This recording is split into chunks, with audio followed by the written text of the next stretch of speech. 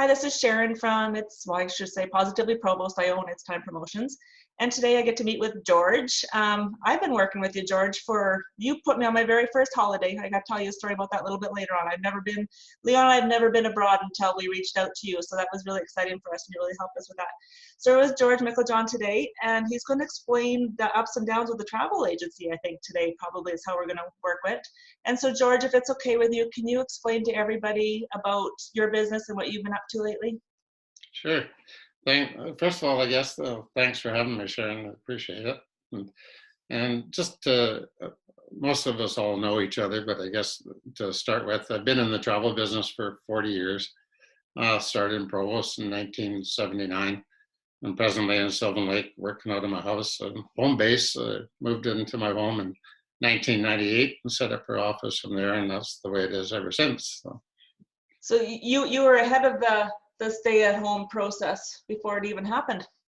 Yeah, it was basically a new thing at the moment, or at that time in the States, and it's kind of new in Canada. So I got into it at the cusp of things, because the reason I got into it, I guess, is because the industry was changing dramatically. Commissions were dropping, and we're a commission-based business, and you had to do something to survive, and that was my goal. So right, that probably does help cut costs a lot. So if it's okay, George, actually I got to tell you, I shouldn't even be telling the story on social media. I got to tell you a story. I have to make a confession to you. I should tell everybody this story. Okay, so we reached out to you for your first holiday. You sent me to Mexico. It was the Rio Jalisco, beautiful resort. I want to go back there. And you, thank God, because we've never traveled, and you gave me an email outlining everything I should be doing, things I should be packing, do's and don'ts, like those people that come to you before those gates. You told me don't talk to anybody until you get to those gates, look for this person in a certain outfit. Thank God, because as a Canadian, I would have talked to all those people. Like I would have talked to everybody. I would have got bombarded there. Right. But when you sent me the list for the shopping list, you said suntan lotion, you said like all the stuff that I should pack. So I'm at the drugstore here in town, I'm reading it all. And one thing you told me to buy was ammonium or whatever. I don't know what that is, George. I didn't want to ask you what that is, and I was too embarrassed to ask Barb at the so I didn't buy it. I was in the suntan lotion area. I didn't know what that was, so I didn't buy any. Well, I almost died one night. I thought I was like literally gonna die. Leon was like, holy Christ, I couldn't wait till morning to go down to the drugstore on the resort. I almost died. So anyways, note to self, make sure you pack some of that stuff because it's really important. So I'll never travel without it now that I know what it is. That was awful. So you were it was huge for us that you went above and beyond to help us be comfortable at our first outing. Like that was really amazing. So I really appreciate you for doing that for us. Because again, we didn't know what we were doing at all. So Right. I thank you for that. And it was like I say, for our first trip, that resort was absolutely beautiful. Okay, Yeah, George. lots. What's that? Sorry. I still book that resort lots. It's a real popular resort. And like the food, everything was just beautiful. It was absolutely amazing. Yeah. Okay, so our first question, George, and again, these are just vague. You can elaborate however you want. Our first question is, how has COVID-19 impacted your business? The long and short of the quick count, I guess it stopped it in its tracks. It basically ended our bookings into the future. But then again, it started it right up again, getting people home. To me, it started basically when the virus first hit China. And Yeah. the reason I say that is because I had a lot of clients booked to Thailand and places that were connecting in China.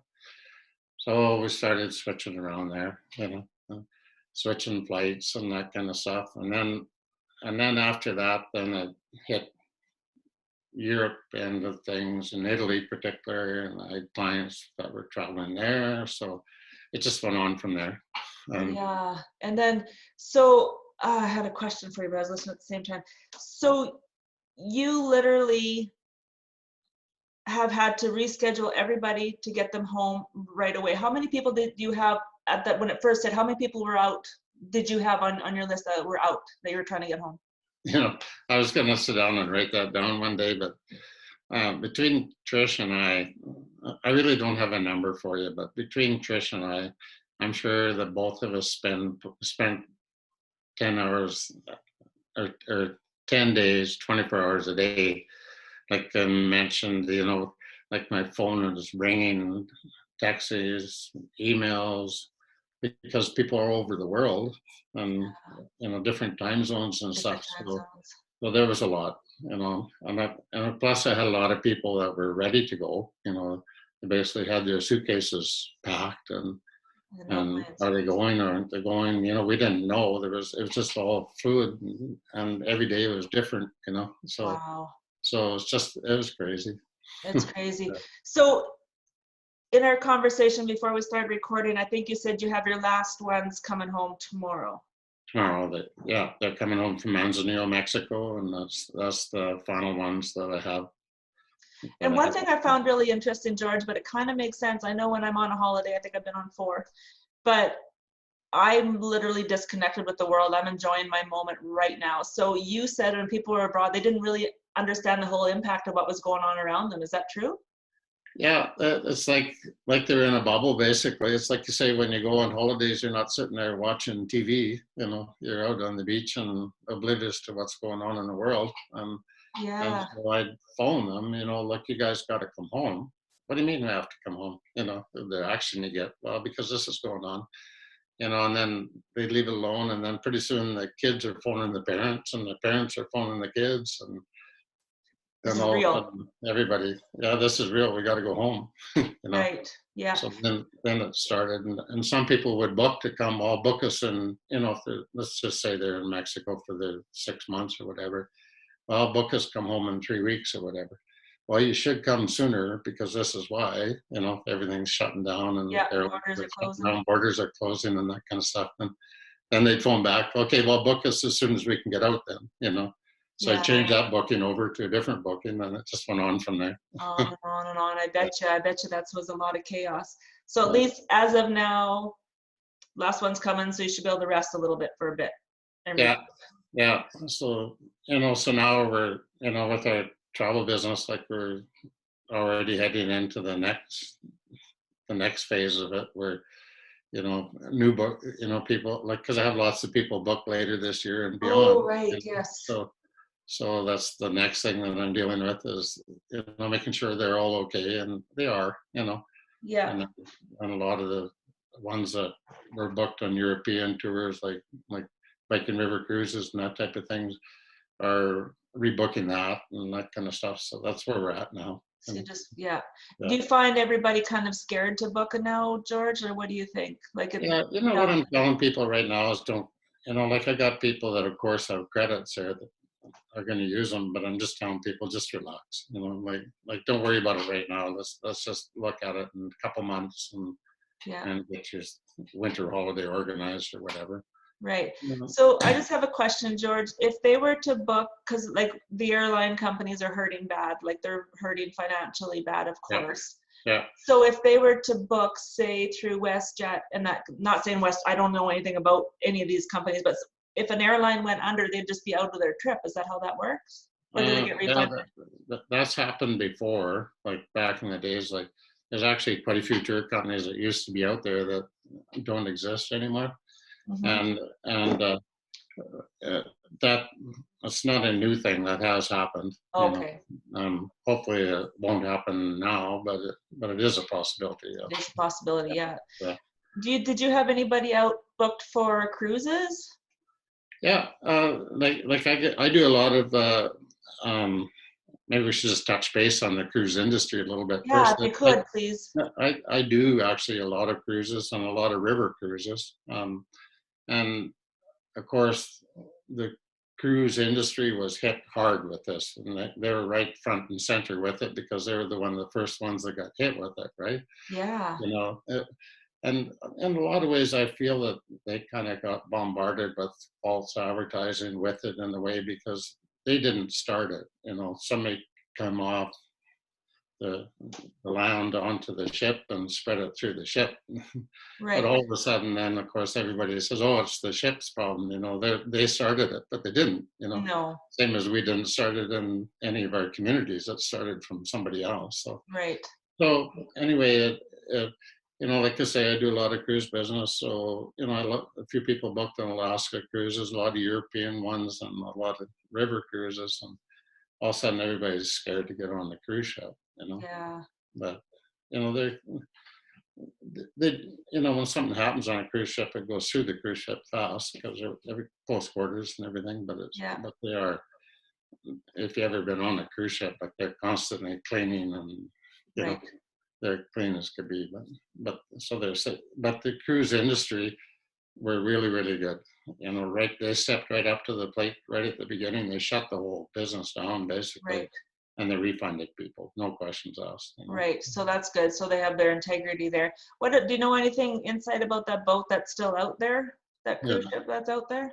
yeah, all in America. Yeah, yeah, yeah, yeah. I don't have any clients on it or anything, Oh, but good. they're having a tough time.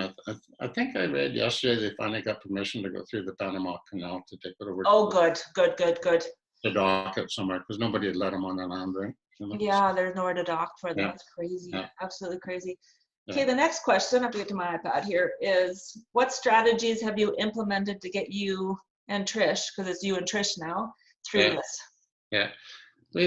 We basically just kind of sat back. Like I say, we have our costs as low as we could possibly have them to keep operating, and we touch base with all the travel companies so that they know we're here and they're looking after us and we're looking after them. And I think that's all we can do is just kind of sit back and take it one day at a time to make our way through. Right. So I think that's what everybody's doing. Hey, George, everybody's phoning, trying to cut costs where they can. Yeah, yeah, yeah, And it's like, I know myself, like I usually get my daughter to feed my old horse, but I have time to feed my old horse now. Like it's crazy. It's made us step down and slow up a little bit for sure. yeah, yeah. Okay, the next question, George, is any suggestions or insights you have to share with others? Um, as far as I can say, I don't know, just go slow, one day at a time. Look after each other. Like we're basically self-isolating ourselves, even though we, haven't recently traveled. But Pink Trish and her girls, they're doing all our shopping, because I'm asthmatic and I'm old, and You're so not old. you're advised to stay home. So anyway, that's where we're at, and I think everybody else should do the same. The only time I get out of the house is to walk the dog, and like I say, usually it's crowded down there in Lakeshore, but not anymore. It's just me and the dog.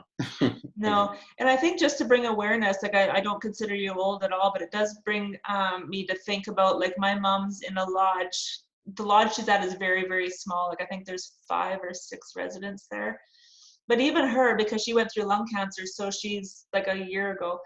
Yeah, So her immune system's lower than normal, and she is 81 years old. So, but she's in her room. She won't even come out. Like she's not coming out of that room. right. You have to be cautious, but not even just think about ourselves. We got to think about those people, right? Like Yeah, you got yeah, to think about exactly. everybody. So Yeah, yeah. yeah. Okay. So next question is, how can the community assist you at this time, you and Trish? Well, I think the biggest thing is, I don't know, I guess in a lot of ways, like I said before, we look after each other, and at the end of all this, if we support one another as much as we possibly can in our small businesses, which is really important, whether I'm here or there or whatever, like Yeah. try to do what we can to, like me, like I have clients all over the country, and you know all over North America, you might as well say. Right. And and and so I guess in the long run, I guess, is if we all do our part, I guess, and look after our communities, and we'll be Yeah. fine. Yeah. Speaking, oh, I didn't ask you something. I'm going to throw this at you. So when you hear of travel agency, and again, I'm not experienced, George. I don't know anything about travel. Yeah. I'm a terrible traveler because I don't know what I'm doing out there. But travel agent, I always think you have to go abroad, but you can arrange trips across Canada as well, can't you? Yeah, we do a lot of that actually. Like somebody wants to go to Victoria for a weekend or whatever, we can set it up, or Toronto or Quebec City, or Right. Uh, like last year, I had a lot of clients that took the river cruise up the St. Lawrence and over, along the coast and that sort of stuff. So we do a lot of that. Because I Across think because we're going more community and people are afraid to travel, I bet you're going to see more people just wanting to stay in Canada.